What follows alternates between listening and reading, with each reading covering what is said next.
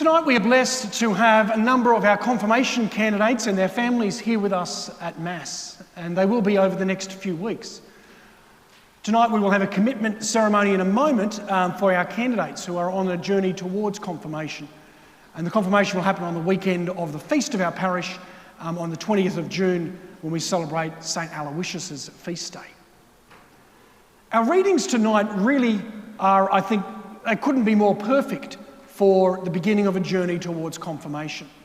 Each reading brings different elements that fit beautifully with our confirmation program.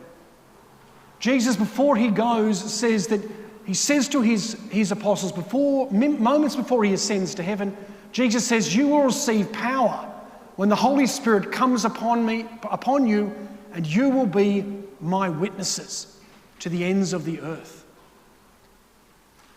This passage was the passage used as the theme for World Youth Day when we had it here in Sydney in 2008. And one of the great catch cries and preparations for World Youth Day was activate, which is based upon Acts chapter 1, verse 8. And that's, "You will receive power when the Holy Spirit comes upon you, and you will be my witnesses." All of us are called to be the witnesses of Jesus Christ in the world. And we're called to do that, as we hear in the second reading, with the diversity of gifts. We're all called to be united, but we're all called to be unique. Because each of us have been created by God, not to become the same as the next person, but we are all gifted in unique and incredible ways. The young to the very old, with all of our great diversity of experiences, we're called to use these to bring the perfection of God to our world. This is what we've been created for. And we're called to desire perfection. Perfection sometimes is a hard thing. We're never going to really achieve perfection in this world, but we should be desiring it. We should be working towards being the best version of what God's asked us to be and created us to be. Unfortunately, things sometimes get in the way. But confirmation is that opportunity for us to say, yes, I really want to be the best version of what God's made me to be, and to bring that to others.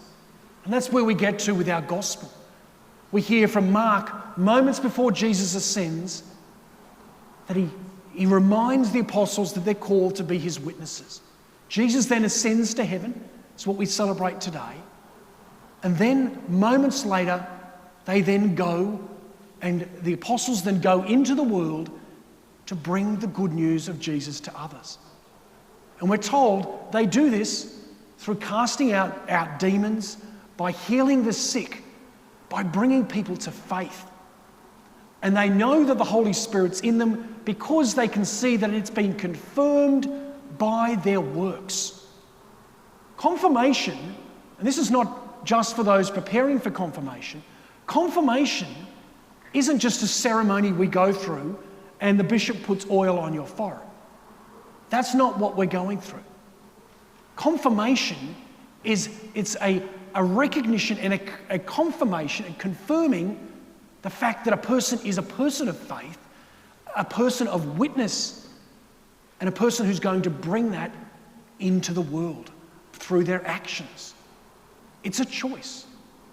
And each and every one of us who sits in the church tonight, who has been confirmed, every day you are being confirmed through your choice for Jesus Christ, your belief in Jesus Christ, but then putting it into action. We're not called to just be quiet about our faith. We're called to put it into action. And we do that through service. Our confirmation candidates have been asked over the last few weeks, and we've seen some of this happening already, and over the next few weeks we'll see a bit more. They've been asked to do 3 hours of service within our parish in the 3 different missions of the church. All of us are called to be people who are missionary through our prayer. We're called to be people of worship.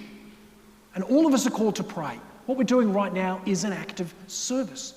You're getting something out of it, but we're also called to pray. We're called to serve through our prayer in lots of different ways.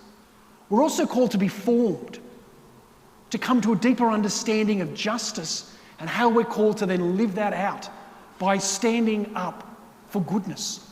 And whether that's standing up for goodness for refugees, standing up for goodness for people in difficult situations overseas, standing up for our environment, standing up for those who've had their rights taken away from them. We're called to do that as Christians. But we need to be formed to do that, and then we're called to be a voice for justice.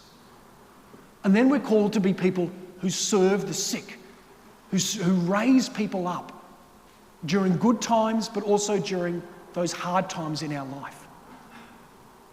All of us have gifts. Some of us are young. Some of us are journeying towards confirmation in a few weeks' time. Some of us were confirmed maybe 30, 40, 50, maybe 80 years ago. Recommit to being that witness. Pray again that you will receive the power of the Holy Spirit in you. And as Jesus had said moments before he ascended, you will receive power and the Holy Spirit will come upon you and you will be my witnesses. How are we being those witnesses? Let's reflect on that tonight as we enter into our Eucharistic prayer. We're called to be witnesses through our prayer. We're called to be witnesses through our passion and our desire to be formed in the way of justice. And we're called to be witnesses through our service of those most vulnerable during good times and during those hard times.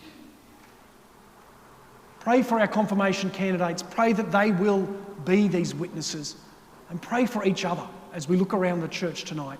Pray that we'll all be witnesses of the love of God in our families, in our community, and as we hear in this first reading, even to the ends of the earth.